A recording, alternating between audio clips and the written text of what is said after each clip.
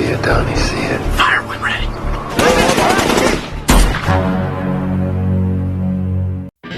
Halo kaum berbahan dimanapun berada, bagaimana kabarnya? Semoga dalam keadaan baik dan sehat. Kembali lagi bersama saya si Boy yang kali ini akan merangkum film berjudul Shooter yang dirilis tahun 2007.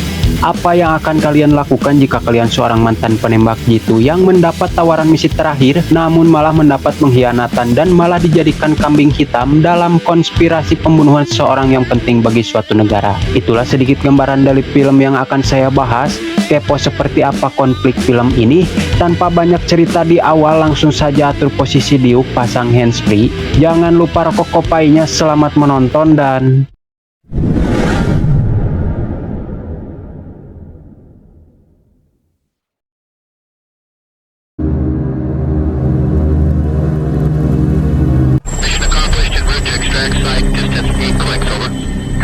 Command post, this is Viper. kisah diawali dengan diperlihatkan seorang penembak jitu bernama Swagger, nggak pakai jangan mencuri, yang ditemani rekannya bernama Donnie, seorang spotter yang bertugas memberitahu jarak target, kecepatan angin, arah angin, dan lainnya yang sedang menjalankan misi perdamaian di zona konflik di Ethiopia, tepatnya di sebuah bukit yang tandus. Di dekat lembah, mereka mengawasi dan membidik musuh yang sedang mengejar rekannya menuju ke kamp pangkalan militer AS.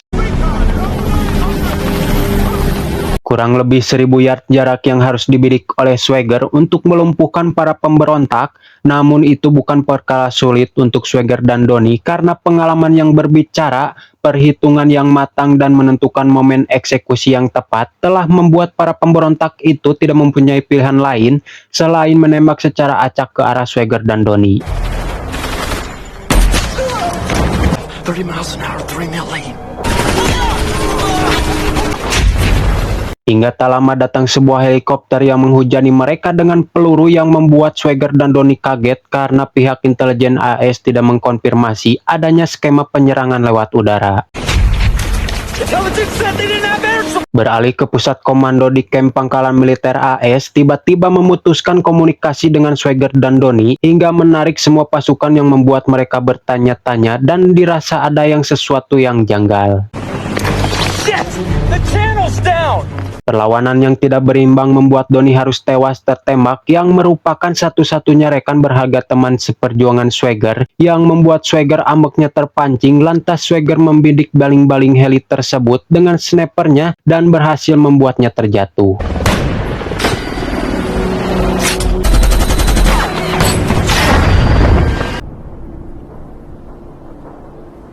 3 tahun berlalu, Swagger yang telah pensiun dari dunia militer karena dianggap gagal oleh kemiliteran AS atas misinya itu, lantas ia memilih mengasingkan diri di sebuah pegunungan yang terletak jauh dari hiruk-pikuk perkotaan dan menyibukkan dirinya dengan berburu, dan kesehariannya hanya ditemani anjingnya yang bernama Sam.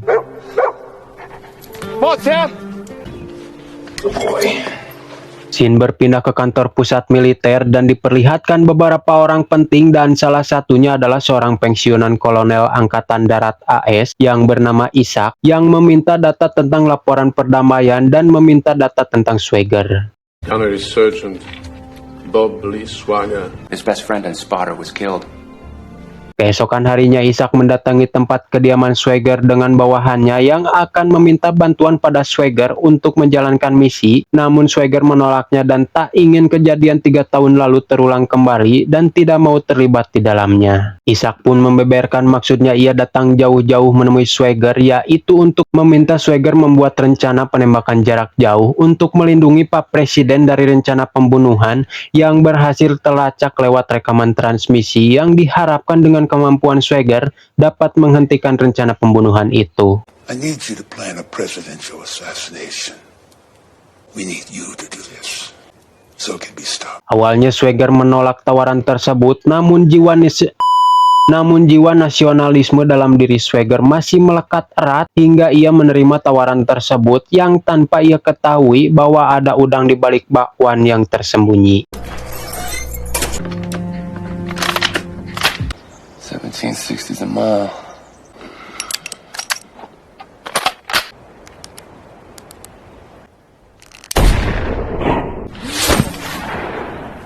Singkat cerita, Swagger pun berangkat dan mendatangi 3 kota di Amerika yang akan dikunjungi presiden dan mengamati 3 tempat tersebut yaitu Maryland, Philadelphia, dan Washington DC untuk mengetahui tata letak kamera, kecepatan angin, suhu udara, kelembaban, dan jarak tembak yang tak luput dari pengamatannya. Setelah mengamati 3 tempat tersebut, Swagger melaporkan hasil analisanya pada Isaac dan menyimpulkan Philadelphia lah tempat yang memungkinkan terjadi penembakan Pak Presiden setelah ia melakukan pengamatan dan perhitungan yang matang hingga membuat Isaac kagum dengan hasil kerja Swagger. You're one of the few people who knows what to look for. Singkat cerita, kunjungan presiden tiba di kota Philadelphia dan presiden telah naik mimbar untuk memberikan sebuah pidato pada rakyatnya yang ditemani uskup agung dari Ethiopia. Sementara itu, Swagger terus mengamati keadaan sekeliling dengan seksama untuk mengantisipasi segala kemungkinan terburuk yang dapat melukai Pak Presiden, di mana di sisi lain senjata otomatis tengah dipersiapkan oleh seseorang yang entah siapa itu dan mengarahkan larasnya tepat ke Pak Presiden yang tengah berpidato. Tak lama datang seorang polisi bernama Timmons yang dikenalkan oleh Isaac dan maksud kedatangan Timmons yaitu untuk membantu Swagger dalam pengamanan Pak Presiden hingga saat Pak Presiden berpidato, Swagger mendapatkan hilal dari pengamatannya yang memberitahu akan adanya kemungkinan terburuk Pak Presiden, namun tiba-tiba Win matches is set up. Take them now. Send in the ERT team. Take out the steam. setelah Timmons menembak Swagger, lantas disusul penembakan Pak Presiden dari jarak jauh, namun malah mengenai kepala uskup dari Ethiopia, dan seketika kejadian itu membuat rakyat yang tengah mendengarkan pidato berhamburan pabelit ke sana kemari.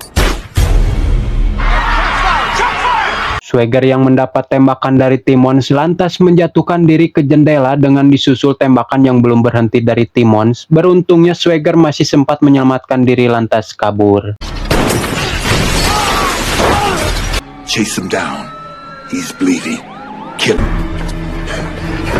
Sambil berjalan terpincang-pincang, Swagger baru menyadari bahwa ia telah dijebak dalam konspirasi pembunuhan presiden yang dilimpahkan padanya dan dijadikan kambing hitam. Swagger pun mendatangi agen FBI yang bernama Nick yang sedang berjaga di sana dengan terpincang-pincang karena peluru si Timmons bersarang di paha dan bahu Swagger. Lantas Swagger pun melumpuhkan Nick dan berkata, "Bukan aku pelakunya, ia hanya dijebak oleh Timmons," sembari memborgol dan merampas senjata dan mobil dinasnya itu dan bergegas kabur. I didn't shoot the president. Simmons was a setup. Dan Swagger yang kabur, para pengkhianat itu sibuk memasang sniper milik Swagger di mana Swagger sebelumnya berada, sehingga penembakan pada saat itu dapat dilimpahkan padanya. Di sisi lain, Isaac dibuat geram karena gagal menghabisi Swagger dan ia berhasil kabur. Alhasil pemburuan Swagger digencarkan dengan melibatkan polisi dan FBI yang melakukan pencarian melalui darat, udara, dan air. Now fleeing and stolen FBI vehicle. South on front from Diamond. Swagger pun menepi ke pencucian mobil dan berniat menghentikan pendarahan dan merawat lukanya agar tidak semakin parah dengan obat seadanya. Namun helikopter menangkap keberadaan Swagger. Tak ingin tertangkap begitu saja, Swagger pun melanjutkan pelariannya hingga terkepung dekat sungai. Namun Swagger tidak kehabisan akal dan berbuat nekat.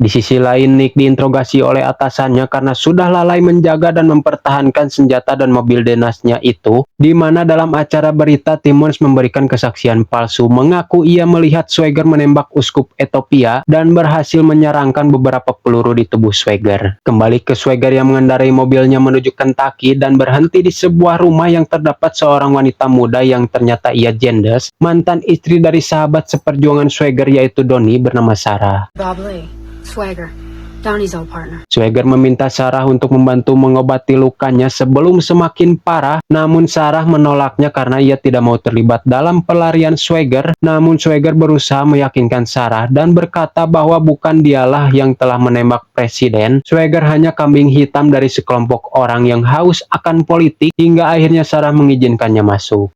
Pull the truck in the garage. The neighbors will be up in a minute. How is it I'm supposed to help you? Di sisi lain, Nick mengumpulkan bukti-bukti dan mencari tahu tentang Swagger karena ia yakin bukan Swagger lah yang telah melakukan penembakan itu, karena Nick tahu nasionalisme Swagger yang sudah mendarah daging dalam tubuhnya. Merasa banyak kejanggalan dalam kasus ini, Nick berinisiatif menyelidiki di area presiden berpidato, namun semua itu nihil tanpa membuahkan hasil dan berujung penculikan dirinya yang seseorang telah mencium bau-bau keterancaman atas penyelidikan Nick. Hingga Nick disekap dan ditutupi wajahnya di sebuah gudang dekat sungai. Mereka berniat membunuh Nick, namun tidak semudah itu selama ada Swagger yang datang menolong. Dengan bidikan yang mematikan, Swagger mampu melumpuhkan mereka semua.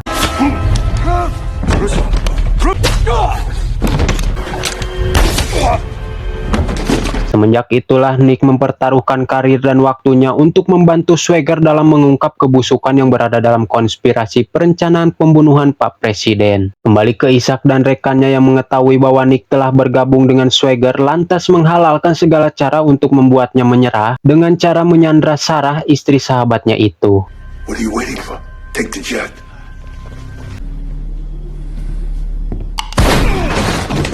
What you've done now. Sementara itu, Swagger bersama Nick menuju Tennessee untuk menemui seorang pembuat persenjataan terbaik yang tinggal di sebuah desa dekat Leweng. Langkah yang tepat diambil Swagger dengan mendatangi si kakek dengan mendapat titik terang untuk membongkar siapakah dalang dari penembakan tersebut. Dari data milik si kakek, ia memberitahu seorang sniper asal Rusia yang dulunya sniper nomor 1, namun sekarang ia dalam kondisi lumpuh. Hingga Swagger teringat di gedung saat ia dipitnah terdapat seorang yang menggunakan kursi roda. Never heard from him no more. Fuck me. Swagger pun beranjak pergi menuju Virginia karena mendapat kabar bahwa ia berada di sana dari rekannya Nick yang bekerja di FBI. Swagger dan Nick pun beranjak pergi ke rumahnya dan mengintai dari kejauhan, di mana Swagger membaca bahwa ini umpan yang diperuntukkan untuk dirinya. Namun Swagger mempunyai visi pantang mundur sebelum maju dengan mempersiapkan bahan-bahan untuk membuat bom rakitan. Very careful with these. It's got a 15-foot kill radius. Setelah semua siap, Swagger dan Nick pun mulai beraksi. Nick yang ditugaskan untuk mengintai dan mengawasi pergerakan para penjaga, sedangkan Swagger memasang peledak dan membereskan para musuh yang mendekat satu persatu.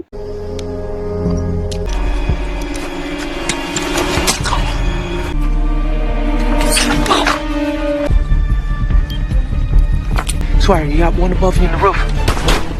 Hingga Swagger sampai di dalam rumah dan bertemu dengan Mikhail yang sudah menduga bahwa Swagger akan datang mencarinya. Mikhail pun membeberkan semua tentang tragedi yang membuat Swagger diburu FBI, di mana ternyata target utamanya adalah Uskup Agung Ethiopia, di mana sekelompok orang jahat takut Uskup Agung membeberkannya kepada Presiden. Dalang dari semua ini adalah Isaac dan Charles. The prisoners are tortured at Abu Ghraib.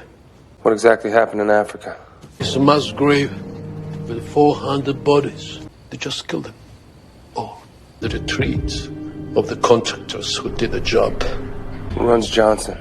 Senator from Montana, I think. Setelah itu, Mikhail menembak dirinya sendiri hingga membuat ia tewas. They've got your woman. Di mana di luar terdapat banyak tim penyergap FBI yang mendekat ke rumah tersebut bermaksud menangkap Swagger, namun tidak semudah itu Perkuso. 2, 1.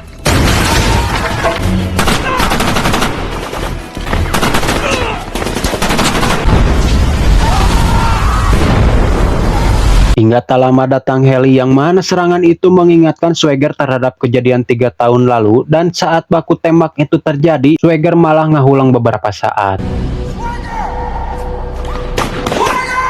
Okay, on my cover, all right?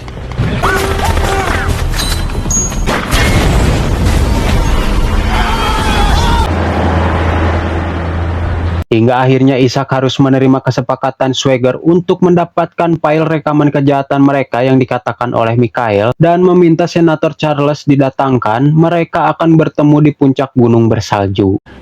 About 6 term Senator Charles. Where are we meeting? Somewhere I can see you.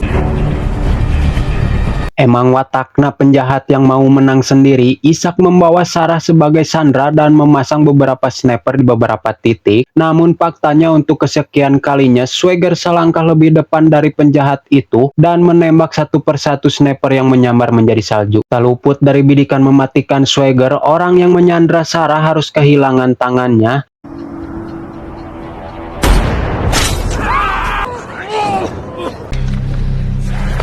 That this is about freedom, it's not about oil. I don't think so, Senator. Hingga tak lama datang anggota FBI yang telah mengetahui bahwa Swagger akan melakukan pertemuan itu. Setelah Swagger ditangkap, Swagger dan Nick meminta tuntutan atas fitnahan penembakan uskup yang dilimpahkan padanya. Lantas mereka pun menghadirkan jaksa agung, pengacara, dan Kolonel Ishak. Swagger pun diberi waktu untuk mengungkapkan bahwa dirinya tak bersalah dengan membawa sniper miliknya dan berniat menembakkannya ke Kolonel Ishak. Special Agent Memphis, you believe I shot that Archbishop? No, I don't. Ternyata sebelum Swagger pergi, ia mengganti pinnya agar tidak sembarang orang dapat menggunakannya. Dan pada saat penembakan uskup agung, senapan Swagger masih dalam keadaan posisi tak digunakan. Keep doing this all day. With every weapon in my house. Akhirnya Swagger pun dibebaskan, namun Ishak dan Charles tak mendapat hukuman apapun karena tidak ada bukti yang kuat dapat menjebloskannya. Walaupun Nick mempunyai foto kejahatan mereka, namun jaksa agung tidak bisa mengambil tindakan karena itu berurusan dengan pengadilan internasional. That's the best you can do. This isn't the world court, Sergeant. Not the Wild West where you can clean up the streets with a gun. Bob Lee Swagger, you're free to go. No whether to share or blind. Di malam hari, Senator Charles dan Kolonel Ishak merayakan atas kemenangannya dan mengolok-olok Swagger saat berbicara di depan hakim. Namun secara tiba-tiba anak buahnya Senator Charles lagrag dari atas para dan mokad karena tertembak. Hingga saat Kolonel Ishak berdiri, ia juga tertembak dan mokad, yang kita pasti sudah tahu siapa pelakunya. Swagger. I am a United States Senator. Exactly.